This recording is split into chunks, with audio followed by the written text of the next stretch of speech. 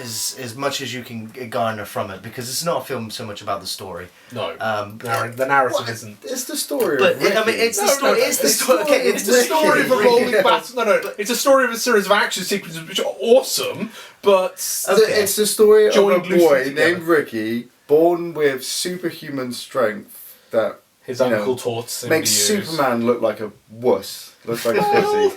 And Superman didn't have to take So blood there's to get no angry. explanation for this origin of Well, do you superhuman need the powers. explanation in Asia? People just get born over there. After the nuke was dropped, everybody just was born with superpowers.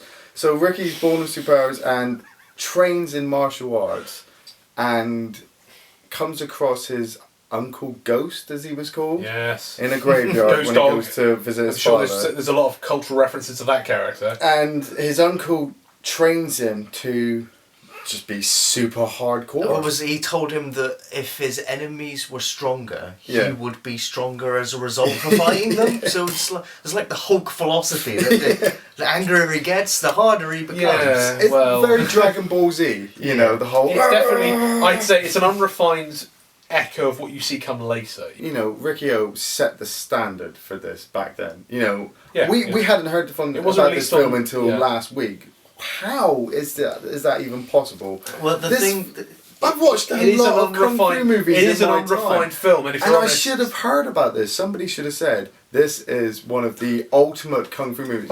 This goes up there it's with not Bruce that great. Lee. No.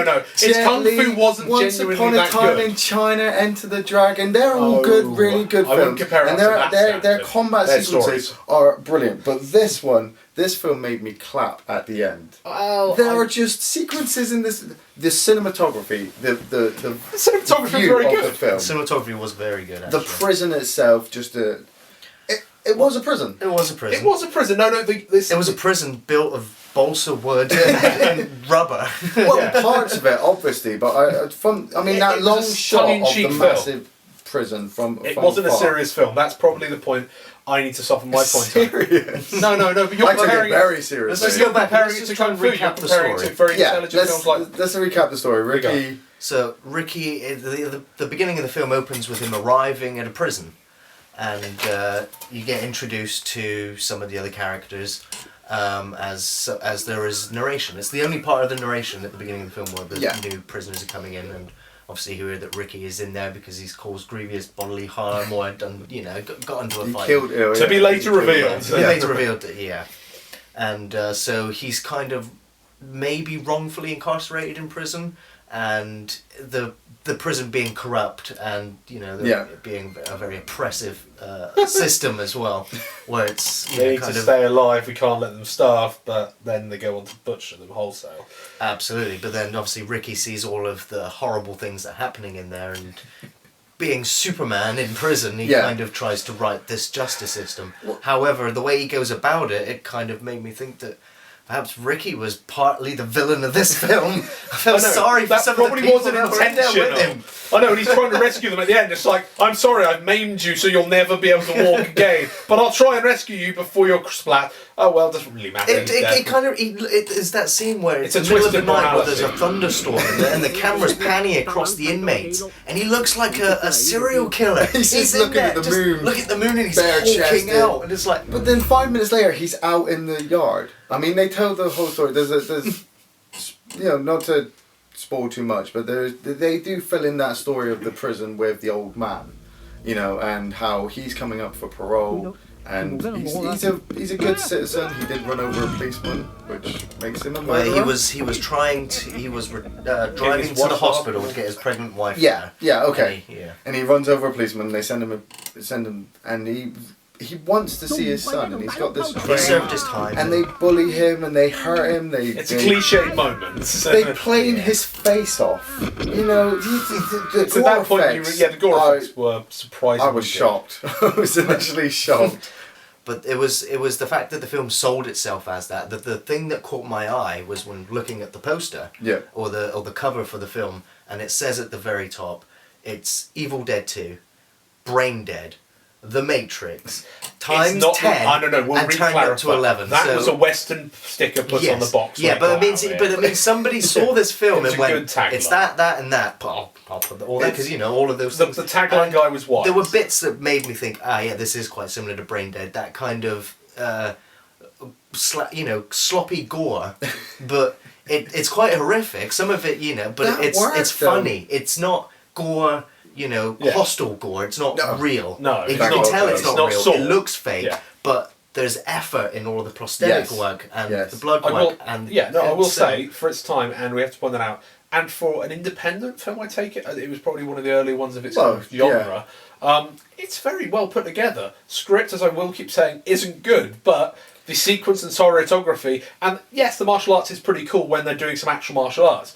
But because he keeps punching people through chests and ripping off limbs, you're like, what the is going on? I don't think this is martial arts anymore, guys. I think this is just them having fun. It's just a hybrid I thought he was going to be around a death of the corpse halfway through it. But look at his training sequence. I've never seen such an amazing training sequence. It's worth watching just for the training sequence because you'll be like, wow, we can all be martial artists now. You say about Quentin Tarantino, you big nods to the Pai Mei sequence from Kill Bill Volume 2 with Uma Thurman punching the wood. But having gravestones thrown at you to smash upon your body because you're that hard, that is just... Oh.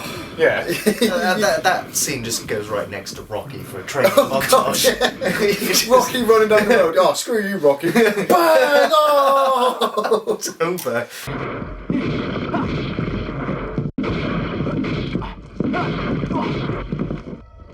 Ricky, take advantage of your strength.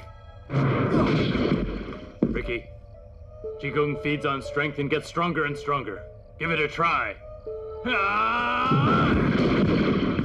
Matt, you can't imagine when his mother gave birth to him, he probably just called out, broke the umbilical cord himself and was like, yeah! And it started raining. And it just started raining and it's just like...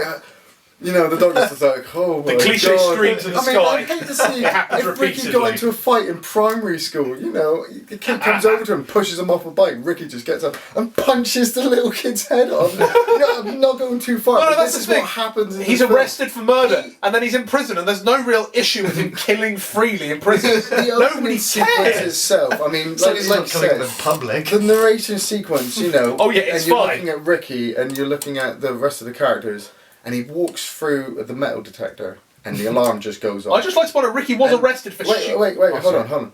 And they pull him to the side, and they run the metal detector over his body, and it turns out he's got 6 bullets still in his chest. And he just says they're souvenirs. It's like... Souvenirs for what? Do not mess with this guy. The whole film, all I could think of was, everyone wants to kill him. Leave him alone. Just leave him alone. No, they don't kill him. Yeah, they don't kill him at any point. And secondly, let's remind ourselves in the flashback, which we get to in a second, he didn't really break the law. I'm pretty sure that comes under self-defense. Well, I mean, not trying to spoil the flashback sequence. Obviously, the reason for Ricky using his powers, he always wants to use his powers to help people. Yeah. And then he's helping, theoretically, in the end, a bunch of prisoners. Rapists and murderers! They only speculate they're all rapists and murderers. Correct. They could just be normal guys being sent to prison for stealing an apple. You don't know the law. Well, actually, we are correct. Ricky got shot 6 times. Ricky's not going to... I don't think Ricky's the kind of guy just to hurt anybody. All the way through the film. He doesn't want to just... kill everybody. He could have just killed anybody. He waits until he tastes his own blood. Every single time. And he gets beaten. And Ian alive has to die for him to go on a bloodthirsty, death-crazed rampage. And he does it like 4 times in the film.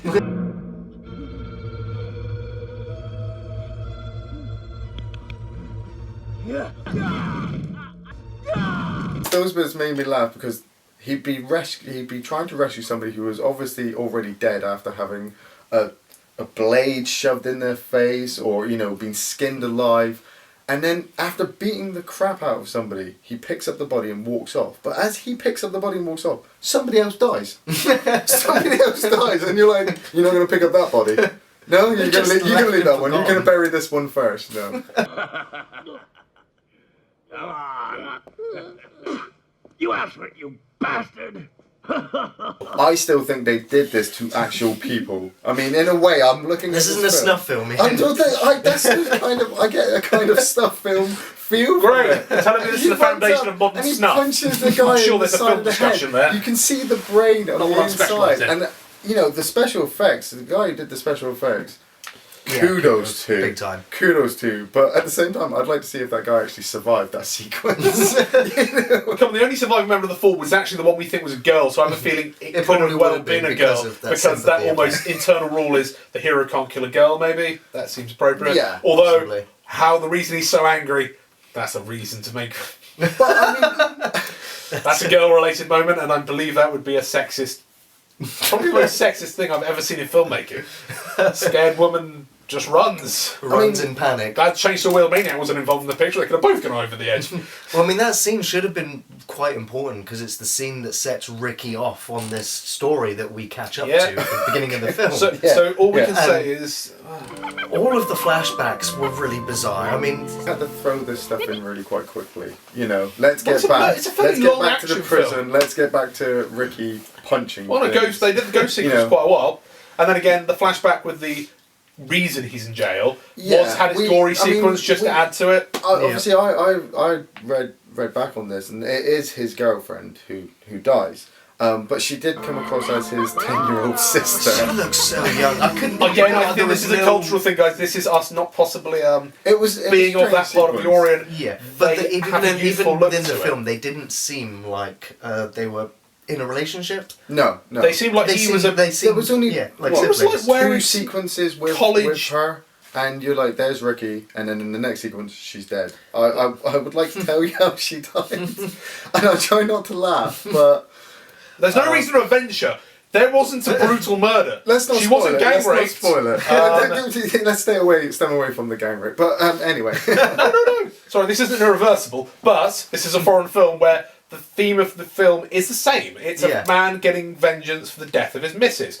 Now, if we look at the motivations in Irreversible, now if you haven't seen Irreversible, go watch it. I'm not ever reviewing watching it again. let's not go for But Irreversible. he has a reason to be very angry with a fire extinguisher at the start of that film. That's all you need to know. It's Awesome not that- death by fire extinguisher. Ricky isn't angry. Ricky is just pained against the badness in the world, and there's a lot of badness around Ricky. He just seems to go. He seems to attract the violence that surrounds It's like, him. he's super strong. I'm evil. Let's go over and try to kill him. They always say, "I want to fight you, Ricky."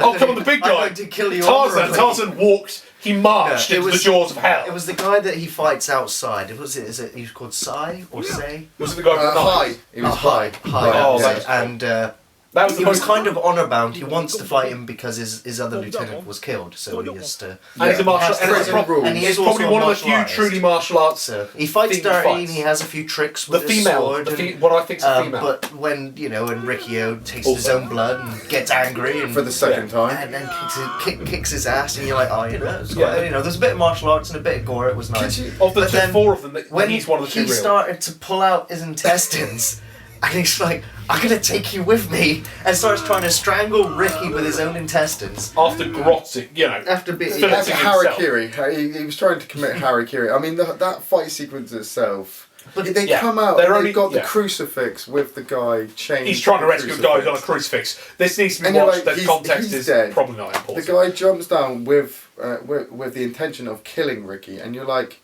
have you not been paying attention? No, it's early. Ricky he hasn't had much Ricky time. has killed. He's just killed 2 people in the shower. Well, You know, he's threatened the warden by breaking a table. You know, Ricky is hard, and this guy's like, oh no, he broke. I'm gonna fight you. He made the warden bleed without touching him. And then the next whole Yep. fight sequence, you're just like, oh my god, have I just seen what I just saw? He It's like the gets his internet. arm You cannot cut, see what you have seen. takes his own Unsee tendon, what you have seen. and ties it back together. That Oh, is just hardcore to the max. That is pretty mental. Makes Solid Snake blush. I'll tie my tendons back together. I've never seen that before. And then they carry on fighting, and you know he commits Harikiri, pulls out his own intestine, and carries on. I mean, how did that guy die again?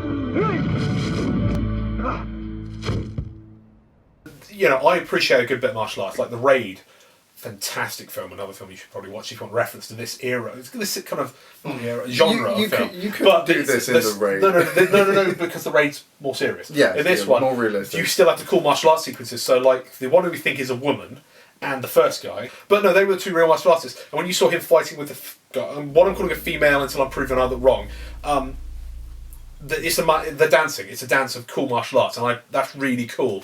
And then you still get the gore mixed in, and he breaks her at the end. He's obviously he breaks everybody. He breaks everybody. She's the only one of the four major sub bosses who lives because it's like, don't kill me. Sure, just break this off and that off. You're not going to walk anymore. I'm sure you can't be a threat to me. You'll never kill anyone again. They're just head exploding. Their arms being ripped off. Very Fist of the North. The guy throws those knives. Very Fist of the North. There's four sub bosses. You have the first one who's a all-round martial artist.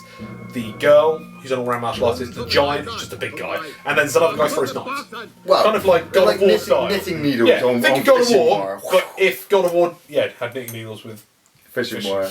And the strangest hairstyle with what looked like horns. They really did have epic. They all had epic hair. I loved all epic their uniforms. hair. They kind of had their own look. Yeah. Like the main first boss was the classic Asian martial artist with an awesome kind of back and slightly over But torso. even the warden's assistant, who had the fake left eye. Cyclops. The Cyclops, that's what's called, yeah, and he takes out his eye and he shakes it into his hand and you're like, what's he doing? And he's like, mint?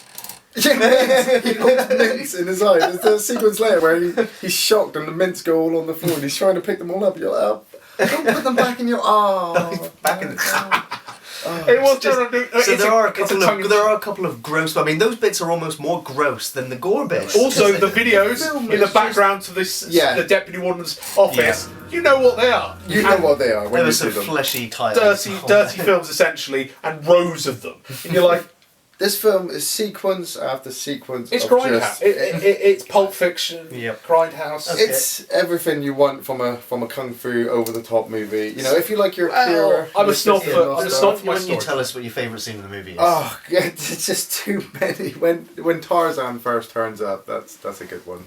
When Tarzan. The shower sequence, the flashback death sequence. Oh no, I'm still going with the knife where they take off the chin of the cousin of the first sub-boss. And you're like, they skin him, but the opening wound is in one strike. He loses his entire lower face. You're like, they didn't cut through bone.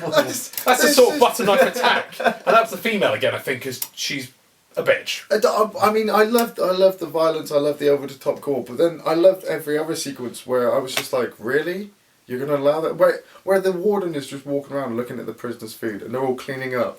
But 2 minutes before, Riki has just obliterated somebody in a room. And all I could think was, there's 5 guys with rags cleaning this up right now, trying to keep the prison tidy. For me, yes, it was just amazing, fun-filled fight fest of gore. I enjoyed it. I'm not as enthusiastic as you are. I'm not saying I'm not saying everybody has to love it. No, I think you need to go in this with the kind of mindset, which I did, and that's why I enjoyed it. It's silly. Some horror films will take themselves seriously, or at least have a moment of seriousness where the threat of was it taking evil... itself seriously? No, it wasn't. I'm pretty sure it wasn't after a point with the mints, the pornography in the background on the shelves to that kind of the sub-warden thing. You knew they were aware, self-aware, and that's the important thing with filmmaking. You can take the royal piss as long as you know you're taking the piss. And they did. Your favourite scene? I'd probably say the knife sequence, just because the guy had lost like his plane to the face. Oh, that was open. That was a touch in a way. I mean, nothing compared to one knife strike you lose entire lower face. The guy's already lost his tongue for summons. The leaf, I've just remembered the leaf sequence. And the leaf leads to a drug subplot, which isn't really important, except allowing him to be silhouetted against a burning poppy field. Who's just started a fire? Well, I'm going to have to give you 3 guesses, and it's not Huang. Oh no, he gets Huang his own. died. Is it Kwang? No, he's dead. Is it Chi-Wang? Riki? Oh no, it's Riki. Of course it's Riki, because Ricky's standing there, silhouetted, not hiding the fact, kicking open a door like booyah. I think my favourite scene is it's the scene that was actually the grossest scene in the film for me, and that's when they've captured Riki again. Again. Refused to kill him again, so they're going to torture him. Hello, Mr. And they Riki, tied we him meet down, again. and they're trying to get him to talk or to say something in order to even work for them instead. and she grabs a handful of razor blades, shoves them in his mouth, duct tapes his mouth across, and starts slamming him across the head after he's been battered about 12 times by a flipping wrench. And so it cuts back to him after a while, and he's got bits of razor blades sticking out of his cheeks. mouth. And then she whips the tape off, and he spits the razor blades back out. Even if you wish to die, you still have to tell me before you can.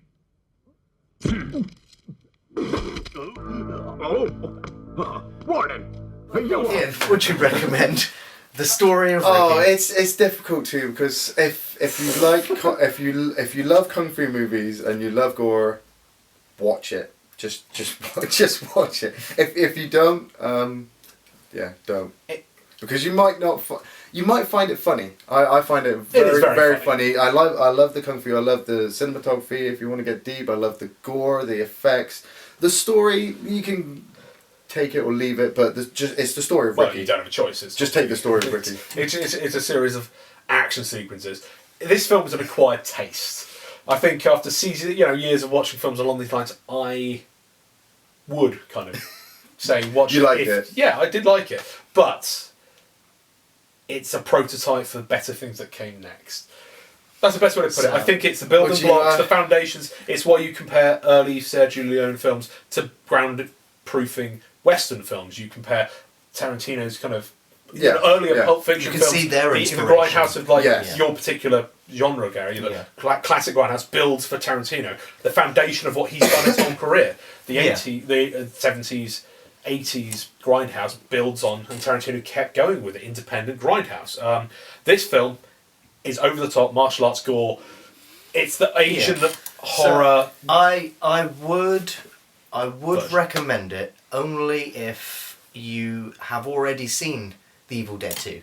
Or if you've already seen Brain Dead. If you've already seen all of these other films and you've enjoyed them and watched them and you've told other people about them, and you know the well is kind of dry for these sort of entertaining rare gem discovery films. And so it's when you find something like this, you have to share it with everybody. Would you watch it again? I don't know. That's the thing. I don't know whether it's worth watching again, because at the same time, I would rather watch Evil Dead 2, or I'd rather watch Brain Dead. It is the refinement. For that. And so that refinement that holds that together, and it's probably lost, in the translation with it being a foreign movie, or with their tastes and their direction. Yeah. Cultural differences. Those cultural differences do probably hold the movie back a little bit more. However, like I said, with all of these other, with other films I've just mentioned, like Brain Dead, if you've already seen all those films, you have to go and check this out, because there's not much else out there. No, there are other films, but this one then has to be seen. But if you haven't seen those other films that the film references, you go watch them first. Because you might not fully get this one the first time round. No, it gets a bit over the top. It does, and that's the thing. It's again, you can't compare it to anything like On Back or any of the more modern fighters, because you they're can working. See where they they've come got more. From. Yeah, they come from. They've got a realism built into them, which from. I think is it isn't just the West, when we're now moving towards heavy realism. The East in their filmmaking is doing the same. Raid, although it has over the top martial arts, it's still based in pretty much physics of this world. There's just amazing martial artists meeting and doing awesome stuff. While in this, they couldn't do, didn't have maybe the amazing martial artists, or maybe didn't have the wire work or the cinematography. They had Riki. They didn't need any martial artists. They had Riki. No. They had He's a good martial artist. They had lots of plywood, and they were like, "Let's do this." And a lot of rounds to board, I guess. He's got Riki needs to smash his way into a sequel. Ricky wanted to be Bruce Lee. Oh, Riki versus Chuck Norris. That would be a good film. The Expendables versus Riki. Let me check.